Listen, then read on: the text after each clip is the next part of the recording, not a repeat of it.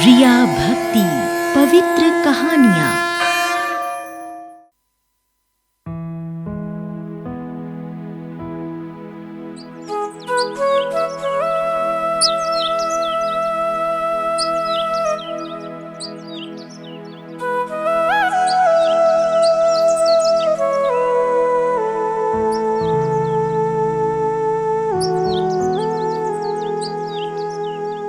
लक्ष्मी नारायण का चमत्कार।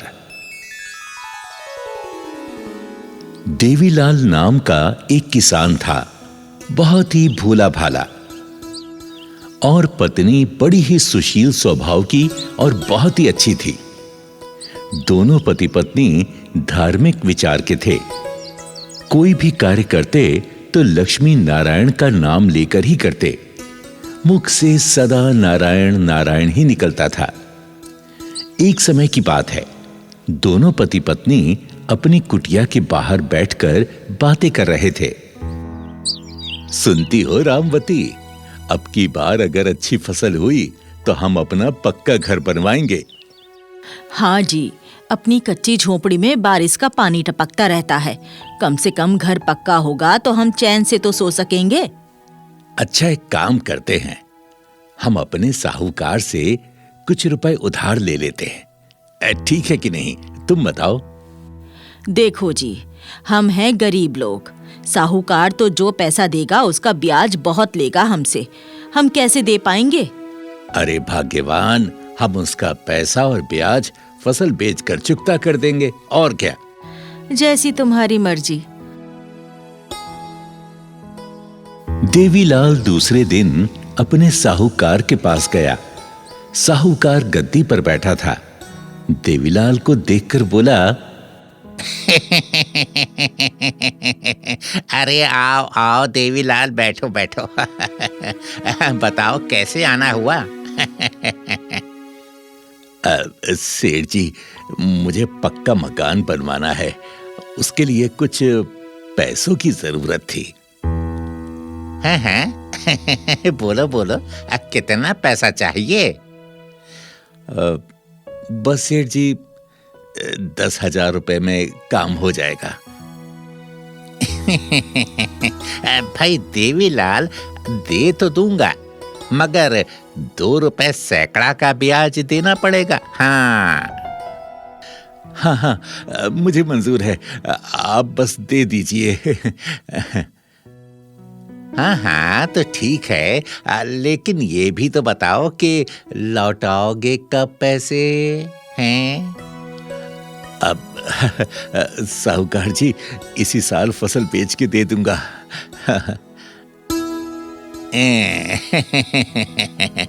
ठीक है ठीक है, ये लो 10,000 रुपए। ले जाओ ले जाओ। साहूकार गिनकर 10,000 रुपए देवीलाल को दे देता है। देवीलाल खुशी खुशी घर आता है। अजी, सेठ ने पैसे दिए क्या? हाँ, साहूकार ने पैसे दे दिए, पर उसने मुझे 2 रुपए सैकड़े के ब्याज पर पैसे दिए हैं। कितने दिन में लेगा वो पैसा वापस? अरे तो चिंता मत कर, लक्ष्मी नारायण की कृपा से मैं उसे इसी साल फसल बेचकर पैसे लौटा दूंगा। हाँ। हे लक्ष्मी नारायण, हमारी लाज रख लेना। लेकिन भगवान को तो कुछ और ही मंजूर था। खेतों में फसल पकने का समय आया, तभी ओलावृष्टि से उसकी पूरी फसल नष्ट हो गई। कुछ पैसा खेत की बुआई में खर्च हो गया और कुछ पैसा घर में खर्च हो गया। देवीलाल की फसल नष्ट हुई तो वो फूट फूट कर रोने लगा।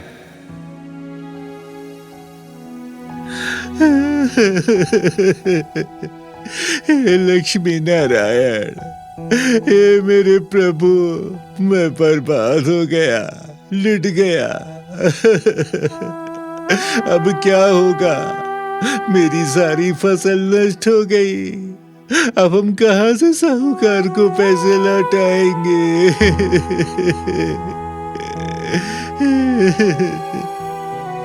अगर हमने पैसे नहीं दिए तो साहूकार हमारे खेत मकान सब कुछ छीन लेगा।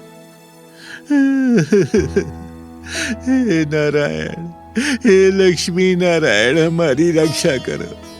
हमें कोई रास्ता बताओ, हम क्या करें, क्या करें हम। जब फसल नष्ट हो गई तो साहूकार वादा पूरा होने पर देवीलाल के घर आता है। भाई देवीलाल, तुमने जो वादा किया था वो पूरा हो गया। अब मेरे पैसे ब्याज सहित लौटाओ।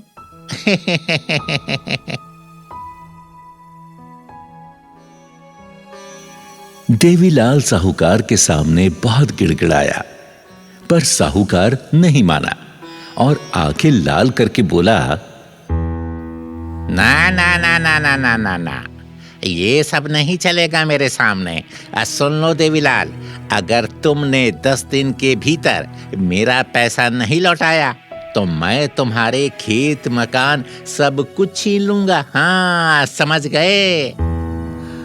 सेठ जी ऐसा मत करो, ऐसा मत करो। मुझे अगली फसल तक का कोई मौका दे दो, एक और मौका दे दो। मैं आपका पाई लौटा दूंगा, पाई लौटा दूंगा। सेठ जी, हम बहुत गरीब लोग हैं। हमारा गुजर बसर इसी खेत से होता है। हम बर्बाद हो जाएंगे। हम कहाँ जाएंगे सेठ जी? हम पर दया करो। नहीं नहीं नहीं नहीं नहीं नहीं नहीं नहीं नहीं, मैं कुछ नहीं जानता। मुझे 10 दिन के भीतर पैसा चाहिए तो चाहिए। मैं अब की बार आऊंगा तो पुलिस और वकील के साथ आऊंगा। हाँ, चलता हूं मैं। साहूकार के जाने के बाद दोनों पति पत्नी भगवान विष्णु से रो रो के प्रार्थना करते हैं। हे विष्णु हरि भगवान, मैं आपका परम भक्त हूँ। मैं और मेरी पत्नी ने आपको भोग लगाए बिना कभी भोजन नहीं किया। हमने सच्चे मन से आपकी पूजा वंदना की। हमने आज तक आपसे कुछ नहीं मांगा भगवान। आज आपका भक्त बड़ी संकट में है। अगर उस साहूकार का पैसा हमने नहीं लौटाया तो वो हमारे खेत और मकान सब कुछ हमसे छीन लेगा।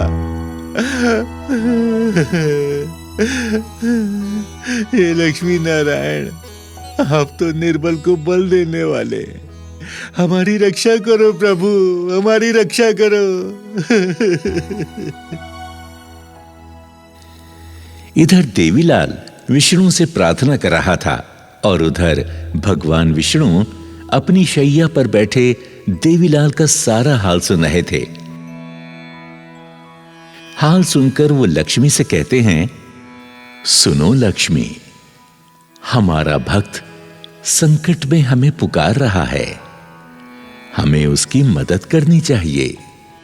आदेश कीजिए स्वामी, मुझे क्या करना है? देवी, तुम तो धन धान की देवी हो, उस पर अपनी कृपा बरसाओ।